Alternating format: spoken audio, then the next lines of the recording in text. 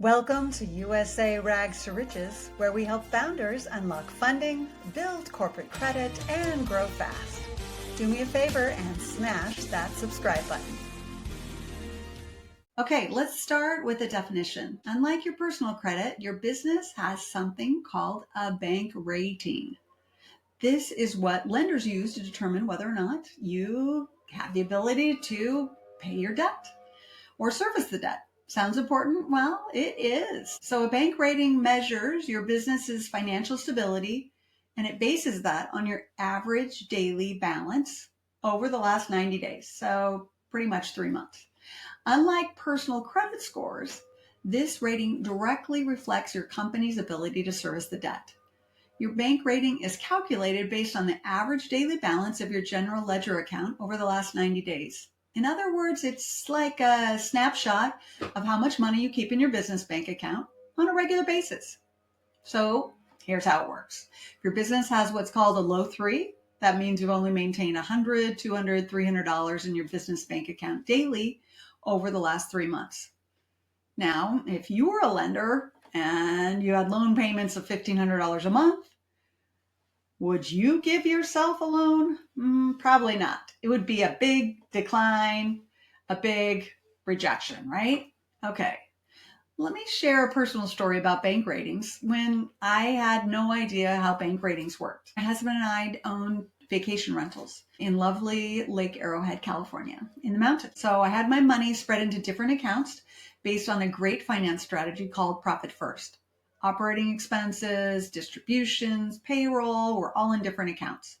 Well, my Stripe account that I use for my merchant account only knew about the bank account that was my deposit account. Man, I still remember where I was at the moment I got this terrible, and I mean terrible email. I am not a person that cries when I get frustrated, or I cry at sappy movies, or when I care for somebody or something like that. I do not cry when I'm frustrated. Let me tell you, I was crying in the car. I was not happy.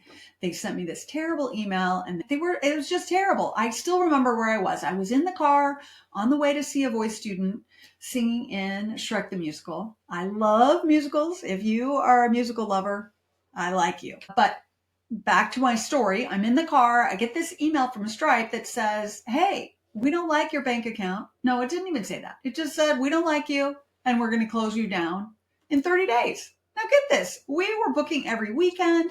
We had good things going, but our average daily balance in my merchant deposit account didn't have the bulk of the money in it. So I didn't understand it at the time, but basically they wanted to close me down because I had a low bank rating.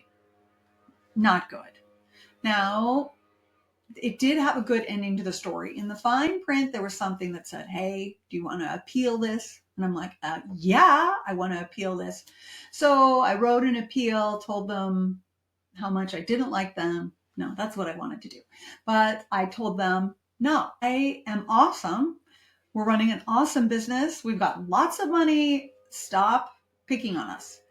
So we sent the appeal and they decided to leave our account open. We still have it today for our rental account. Okay. So lenders will basically see that you don't have the ability to pay and you'll be declined. So that's why your bank rating is so critical. A low 5 or higher is where you want to be. That means if you can maintain a consistent daily balance of at least $10,000 to $30,000 in your account, this tells the lenders, hey, you're not only managing your finances well, but you're ready to handle another loan or a lease. I like to think of it like this. Nobody else describes it like this, but this is how I describe it. A low 5 is $10,000 or $30,000. So those numbers have 5 digits, 10,000, 1, 0, 0, 0, 0. So 5 digits, and it's on the lower side of 5 digits. Mid 4 would be 5,000. It has 4 digits and it's in the middle. A low 3 would be $100, $300, because again, 100 or 300, 300. So it has 3 digits. That's how it works. So basically, bank ratings are typically expressed as low or high. So low 3 to 4 indicates insufficient funds. So that means you have $100 or maybe $1,000 or $2,000 in your account. A low 5 and above shows better financial health. So that's the 10,000 to 30,000. Higher ratings demonstrate, hey, we got lots of money, we are financially stable. Your bank rating significantly influences your ability to secure business loans. A low rating can lead to loan rejections. They'll just say, nope. And as you'll hear me say again and again, they don't tell you why, they just say no.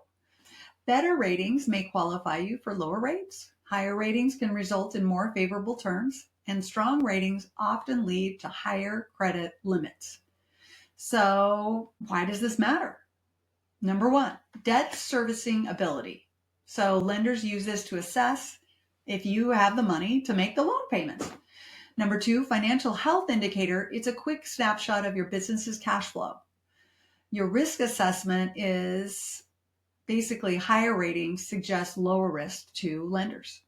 So how can you improve your bank rating? Number one, that's pretty simple. Maintain higher average daily balances. Two, consistently keep funds in your account.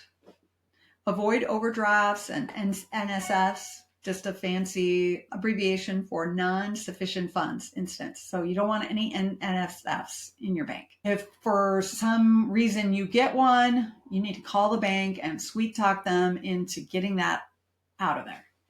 Okay, plan for upcoming expenses to maintain balance and stability. You want to build your credit line so when you're short, you have somewhere to grab the money. Remember, it's best to build the credit before you need it. And then you'll have that great credit rating and you'll be like, oh yeah, I've got credit. People want to give me money when you need it.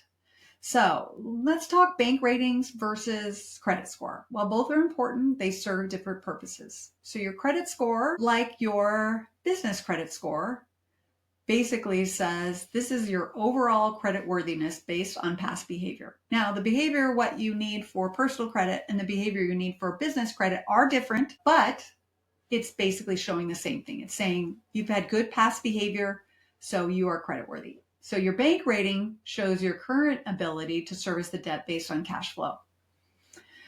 Okay, I think that's it. So don't forget to click below in the description to get your free guide, the top 3 funding mistakes you can't afford to make. These are really simple things that you can do to help your path to become bankable.